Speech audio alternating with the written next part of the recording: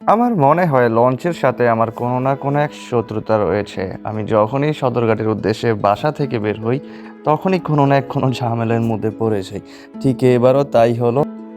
সকাল ৯টায় ছিল আমার লাস্ট লঞ্চ, কিন্তু গুলিস্তান পর্যন্ত আসতে আসতেই আমার ৯টা বেজে যায় এবং বাধ্য হয়ে আমি গুলিস্তান নেমে যাই এবং অনেক খোঁজাখুঁজির পরে আনা বাসে একটা টিকিট কাটি বরিশাল হয়ে ভোলা যাওয়ার উদ্দেশ্যে।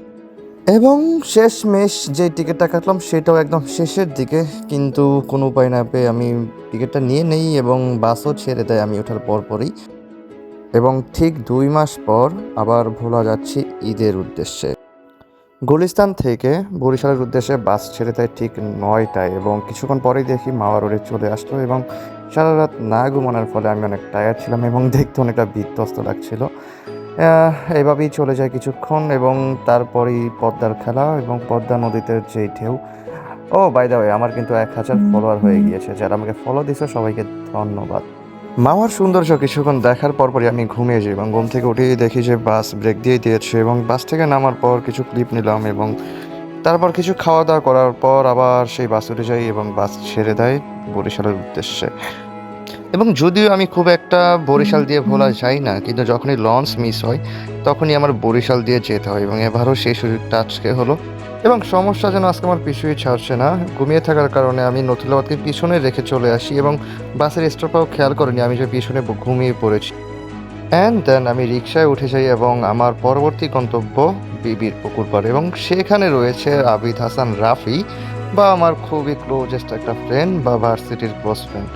যাই হোক, আমি বিবির পুকুরে এসে দাঁড়িয়ে থাকি এবং তারপর রাফির সাথে দেখা এবং রাফির সাথে অনেকক্ষণ আড্ডা দেওয়ার পর আমার আবার রওনা ভোলার উদ্দেশ্যে।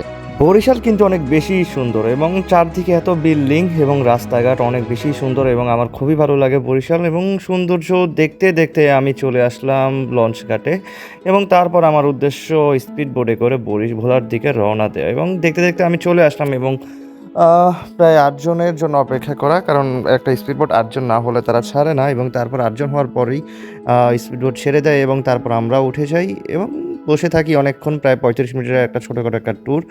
এবং আমিও সময় দেখতেছি যে কখন আমি বাসায় পৌঁছাবো, কারণ আমার শরীর আর চলতেছিল না, কারণ সারাদিন সেই সকাল থেকে আমি দৌড়ের উপরে ছিলাম এবং প্রায় ৬টায় আমি আশুলিয়া থেকে রওনা দিই, তারপর লঞ্চ মিস এবং তারপর আবার গুলিস্তান নেমে গিয়ে আবার বাস ধরা এবং অ্যান্ড দেন বরিশাল থেকে আবার ভোলার উদ্দেশ্যে স্পিড বোটে রওনা দেওয়া। যাই হোক, ৩৫ মিনিটের ছোটোখাটো একটা ট্যুর দেওয়ার পর আমি চলে আসলাম ভোলাতে এবং ওই যে ভোলা দেখা যাচ্ছে, আমার যেন আর তর সইছে না ভোলার মাটিতে পা দেওয়ার। এবং ভোলাতে নামার পর আবার সিএনজিতে চড়ে আবার একটা মিনি ট্যুর।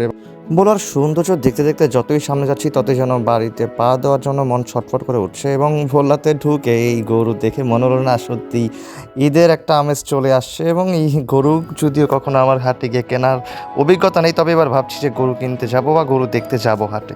এবং এই যে সেই স্কুল আমার, যেখানে আমি প্রায় 5টা বছর ক্লাস 6 থেকে 10 পর্যন্ত মাধ্যমিক জীবন শেষ করেছি এবং ঈদের পরের দিনই কিন্তু আমাদের গেট টুগেদারের আয়োজন করা হয়েছে এবং সেটা নিয়ে অবশ্যই একটা ব্লগ আসবে ইনশাল্লাহ। ভোলা বেদুরিয়া ঘাট থেকে বাংলা বাজার আসতে মাত্র ২০ মিনিট লাগে এবং আব্বুর সাথে দেখা করে আমি এবার রওনা দিলাম বাড়ির দিকে এবং ৫ মিনিটের রাস্তা যেন আমার কাছে মনে হয় যে ৫০ মিনিটের মতো লাগছে এবং তারপরে আমি চলে আসলাম ঠিক বাড়ির কাছেই এবং এই যে আমার বাড়ি এবং কে দেখে আমার খুশি।